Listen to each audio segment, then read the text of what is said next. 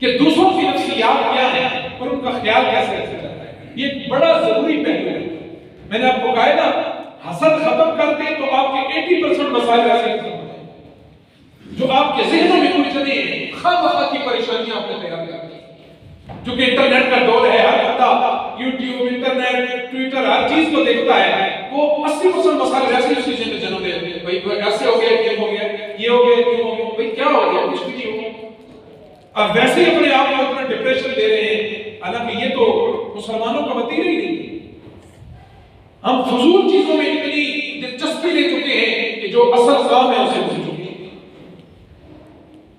ایک پیسہ ہی ہمارے لیے ٹارگٹ نہیں ہے. یہ ذہن میں مسلمان ہر بندہ آج کل اس گردن میں پھنس چکا ہے. وہ حلال طریقہ ہو یا حرام ہو, اس پیسہ وہ سود کے ذریعے ہو, وہ حرام خوری کے ذریعے ہو, وہ ناجائز منافع خوری ہو, ہر طرح سے ہم لپٹتے ہیں بس پیسہ. اور اللہ نے فرمایا وما خلقت الجن والانس الا لیعبدون, فرمایا ہم نے جنوں اور انسانوں کو پیدا نہیں کیا مگر اپنی عبادت کے لیے. ہم نے ان کو اپنی عبادت کے لیے پیدا کیا ہے. رہی بات رزق کی, فرمایا ان اللہ یرزق من یشاء بغیر حساب. پر رزق کا ذمہ تو ہمارے اپنے اوپر نہیں ہے. وہ تو کتنی مخلوقات ہیں, ہم تو انسان تک محدود ہیں نا. کتنی مخلوقیں ہیں جہاں ہم تصور بھی نہیں کر سکتے, وہ بھی اللہ کا رزق دے گی. تو دوسروں کی نفسیات کا خیال کریں. ہر آدمی کو نا اس کے مزاج کے مطابق ڈیل کریں.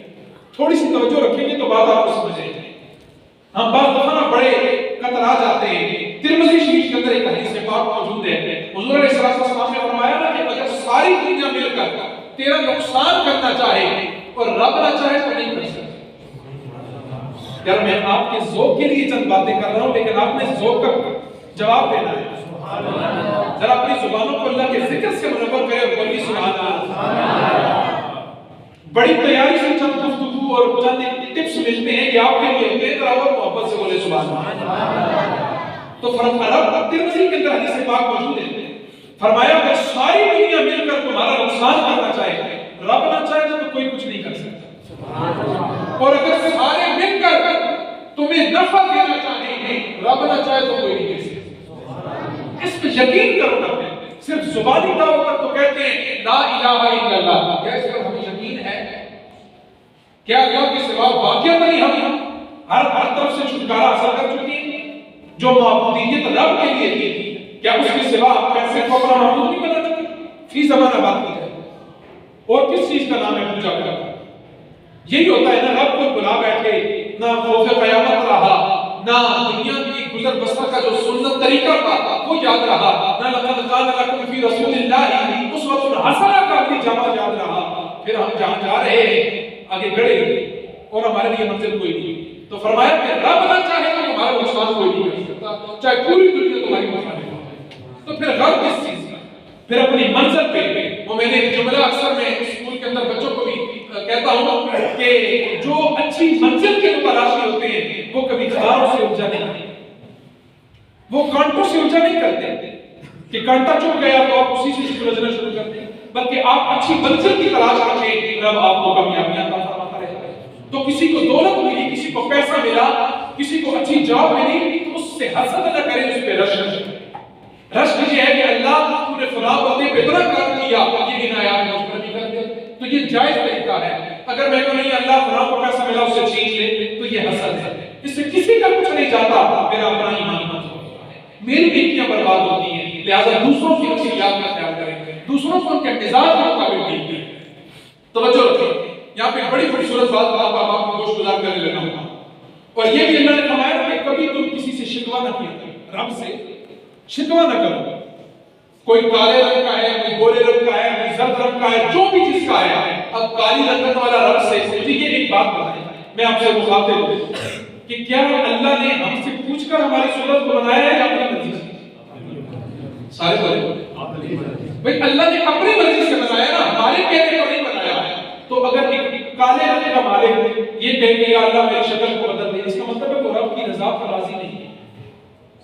کوئی غریب ہے, کسی کے پاس بے قیس ہے, تو ہو سکتا ہے رب کی منشا اور مرضی یہ ہو کہ تجھے آزمائش میں سے جاتا ہو تو صبر کرنا سیکھ. رب تیرے ساتھ ہے کیونکہ رب کا قرآن کہتا ہے ان اللہ مع الصابرین, رب جب بھی ہوا ہے وہ صبر والوں کے ساتھ ہوا ہے، تو پھر ہمیں صبر والوں کا دامن تھام لینا چاہیے۔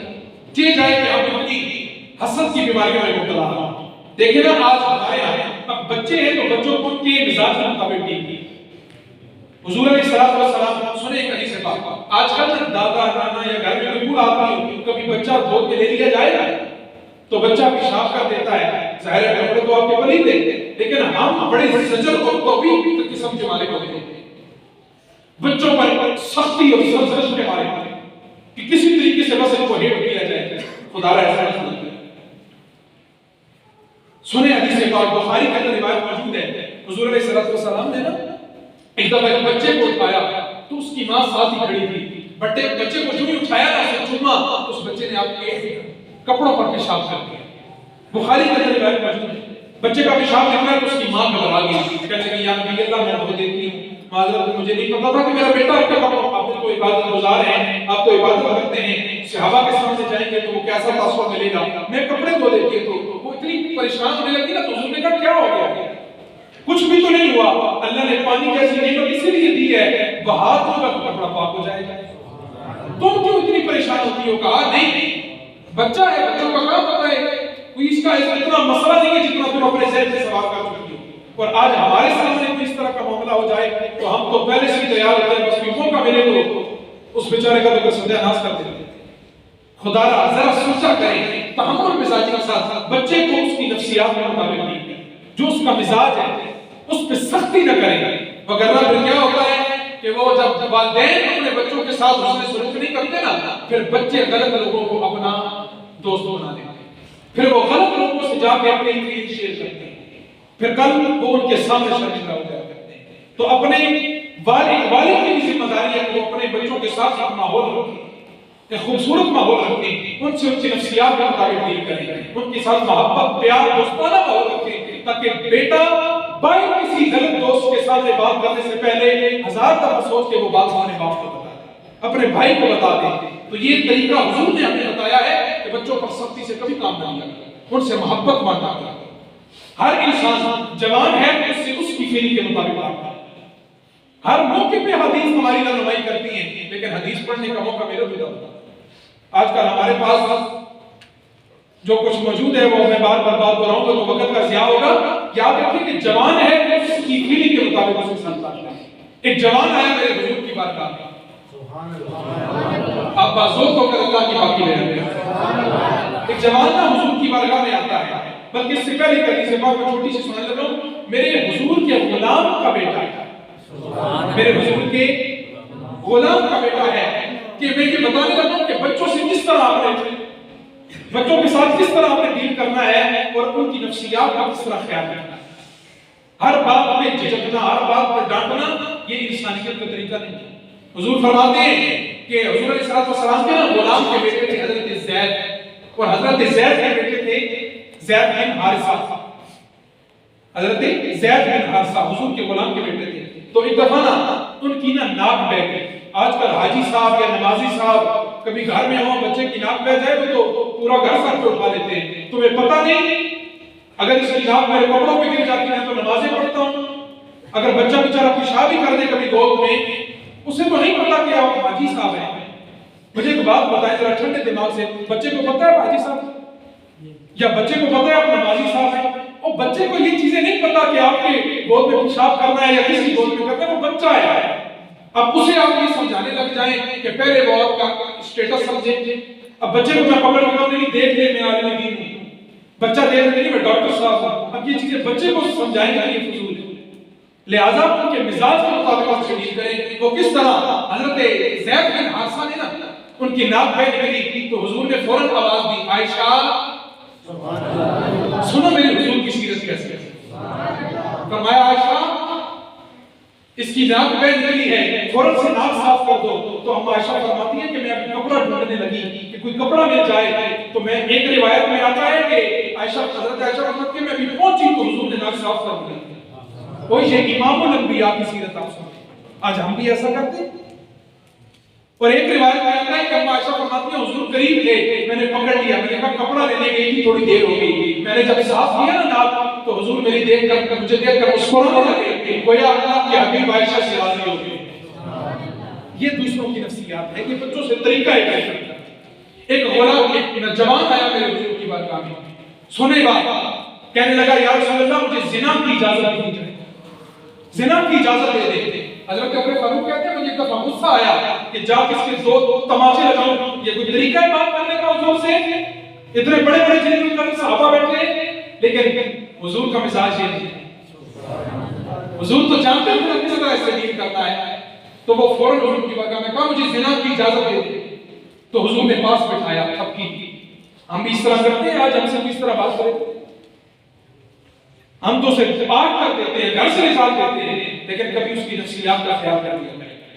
تو حضور نے تھپکی دی، کہا بچے ایک بات بتا، جوان تھا، اندر جوانی کا خون دبا رہا تھا، کہنے لگا مجھے زنا کی اجازت دے۔ حضور نے کہا اگر یہ دیکھیں نا آج ہم کسی کے گھر ہم کرتے ہیں، ہماری غیرت نہیں چلتی، اگر کوئی ہمارے گھر کر دے بولے سارے سی شعور بیٹھتے ہیں، یہ موقع ہے بولنے کا، جہاں کچھ چیزیں ہوتی ہیں وہاں بولا جاتا ہے۔ کوئی ہمارے گھر فون کرے تو ہماری غیرت چہرہ سرخ ہو جاتا ہے، ہمارے گھر کسی نے فون کیا اس کو ایسے کر دیں گے۔ تو جب آپ کسی کے گھر فون کرتے ہیں اس وقت یہ غیرت یاد نہیں آتی؟ سنیں، وہ جوان آیا تو حضور نے تھپکی دے کر کہا اے جوان اگر تیری بہن کے ساتھ کوئی اس طرح کا غلط کام کرے تو تو برداشت کرے گا؟ کہنے لگا یا رسول اللہ میں اسے قتل کر دوں گا۔ پھر حضور نے کہا اچھا چلو یہ بھی ٹھیک ہو گیا۔ کہا اگر تیری ماں کے ساتھ کوئی بدکاری کرے برداشت کرے گا؟ آپ بولا ہوگا، کہنے لگا یا رسول اللہ میں یہ سننا بھی گوارا نہیں کرتا۔ تو حضور نے فرمایا کیا وہ کسی کی بہن نہیں جس کے لیے تو زنا کی اجازت مانگ رہا ہے؟ کیا وہ کسی کی بیٹی نہیں جس کے لیے تو زنا کی اجازت مانگ رہا ہے؟ کیا وہ کسی کی ماں نہیں جس کے لیے تو زنا کی اجازت مانگ رہا ہے؟ جب اس کے مزاج کا مطابق دین دیا نا، ابھی حضور یہ باتیں کر رہے تھے کہ جوان کی آنکھوں سے آنسو نکل رہا ہے۔ کہا یا رسول اللہ میں توبہ کرتا ہوں، آج کے بعد زنا کرا میں اس کا نام بھی زبان پر نہ کرا ہوگا۔ تو حضور تو جوانوں کی معاملات سمجھ کر ہم سے ڈیل کیا کرتے ہیں۔ آج ہمارے منہ پر گالیاں پہلے ہوتی ہیں اور چھوٹے پہلے اٹھا کے رکھتے ہوتے ہیں، بس کوئی بات کرے اس کا سر پھوڑ دیا جاتا ہے۔ بیوی یہ چاہتی ہے کہ وہ اگر ماں باپ بہن بھائی سب کو چھوڑ کر آپ کے پاس آ گئی ہے تو کبھی اس کے لیے دو جملے محبت کے نکال دیتے ہیں۔ بھائی تو دیکھیں نا وہ بیوی آپ کے پاس آ چکی ہے، وہ اپنی ماں چھوڑ رہی ہے، بھائی ماں چھوڑ کر آتی ہے نا، بولے باپ چھوڑ کر آئی ہے، بھائیوں کی محبت بہنوں کی محبت چھوڑ کر آئی ہے، تو کبھی سالن میں مرچیں زیادہ ہو جائے تو ذرا برداشت نہ دیا کرے، پھر اس کو بیٹوں کے سامنے گالیاں نہ دیا کرے کہ بیویوں کے ساتھ کیا حسن سلوک ہوتا ہے۔ سنیں میں اس پر بھی حدیث لے کر آیا ہوں، حضور فرماتے ہیں کہ عائشہ جب تم مجھ سے ناراض ہوتی ہے نا مجھے تب بھی پتہ چل جاتا ہے، جب راضی ہوتی ہے میں تب جانتی ہے۔ کیا آپ بھی خیال رکھتے ہیں اپنی بیویوں کا؟ ہمارے ہاں تو اسے جناب وہ تانا دیا جاتا ہے کہ یہ بیوی کا غلام بن چکا ہے، حالانکہ ایسا نہیں ہے۔ وہ آپ کے بیٹوں کی جتنے معاملات کرتی ہے اس پر شریعت نے پابند نہیں کیا۔ شریعت نہیں کہتی کہ وہ تمہارے باپ اور ماں کی تیمارداری کرے، ان کی خدمت کرے۔ شریعت کی طرف سے کوئی لازم نہیں ہے بیوی پر کہ یہ وہ مرد کے والدین کی خدمت کرے۔ ہاں اگر وہ کرتی ہے تو اجر ثواب اس کے لیے ضرور ہے، لیکن شریعت کی پابند نہیں ہے، لیکن اس کے باوجود آپ کے بچوں کا خیال رکھتی ہے، آپ کو آفس کے لیے تیار کرتی ہے، آپ کے والدین کے لیے کیا کچھ کرتی ہے، اور کبھی اس کا بھی من چاہتا ہے کہ دو جملے اس کے لیے۔ تو حضور فرمانے لگے کہ عائشہ مجھے پتہ چل جاتا ہے جب تو ناراض ہوتی ہے اور جب راضی ہوتی ہے۔ تو ہم عائشہ نے پتہ کیا فرمایا؟ ہم عائشہ فرمانے کی یاد رکھیے تو میں آپ سے ناراض ہو سکتی ہوں؟ فرمایا نہیں مجھے پتہ ہے جب میں کسی اپنی دوسری زوجہ کے پاس تھوڑا وقت زیادہ گزاروں نا اور میں جب واپس آتا ہوں تو تیرا چہرہ ذرا نا افسردگی چھائی ہوتی ہے، اور جب تو قسم کھاتی ہے نا ناراضگی کے اندر تو کہتی ہے لا رب ابراہیم، مجھے ابراہیم کے رب کی قسم، اور جب اس سے راضی ہوتی ہے تو کہتی ہے لا رب محمد، مجھے محمد کے رب کی قسم۔ یہ حضور تو ہر ایک کا خیال رکھنے والے ہیں۔ کیا آپ اس طرح کا خیال رکھتے ہیں؟ دوستانے گزارش وقت اتنی دامن میں وسعت نہیں رکھتا کہ وقت جا چکا ہے زیادہ کہ صرف اس لیے کہ اپنے گھروں کی جنہیں آپ نے خود بنائی ہوئی 80% چیزیں ہماری حسد کھا گیا، ہمارا بغض کھا گیا ہے اندر تک، جو ہم دوسروں سے رکھتے ہیں تو آگے سے زیادہ ٹینشن ہے آپ حضور کی سنت کو اپنائیں، اللہ کی قسم سے معاشرہ ویسا چل جائے۔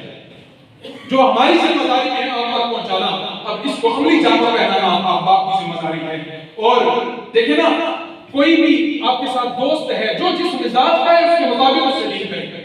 آخری حدیث پاک سنیں، حضور علیہ السلام تشریف فرما تھے، صدیق اکبر آیا، اجازت مانگی، کہا صدیق کو، حضور نے فرمایا اندر آ۔ حضور کی نا پنڈلی سے تھوڑا کپڑا ہٹا ہوا اور حضور ٹیک لگا کر بیٹھے۔ صدیق اکبر آگے باتیں ہوتی رہی، تھوڑی دیر کے بعد جناب عمر آئے، کہا عمر ہوں، کہا آ جاؤ، بیٹھے رہے، باتیں ہوتی رہی۔ حضور کی حالت میں پنڈلی سے کپڑا ہٹایا اور ٹیک لگا کر بیٹھے۔ تھوڑی دیر کے بعد عثمان آتے ہیں اور عثمان اپنے افراد میں آ کر کہا یا رسول اللہ عثمان اندر آ جاؤ، کہا عثمان رکو۔ حضور پہلے ٹھیک ہو کر بیٹھے، پنڈلی پر کپڑا فرق کیا، بیٹھ گئے۔ حضرت عثمان آئے، باتیں ہوتی کہ نہیں، صحابہ چلے گئے، اما عائشہ دیکھ رہی، فرمایا کہ آج عجیب معاملہ ہوا ہے، صدیق آئے آپ نے پنڈلی پر کپڑا نہیں ڈالا، ٹیک لگائے رکھی، عمر آئے وہی حالت ہے، عثمان کے آنے پر آپ نے کپڑوں کو درست کیا، پنڈلی پر کپڑا ڈالا، اتنا اہتمام کیوں کیا؟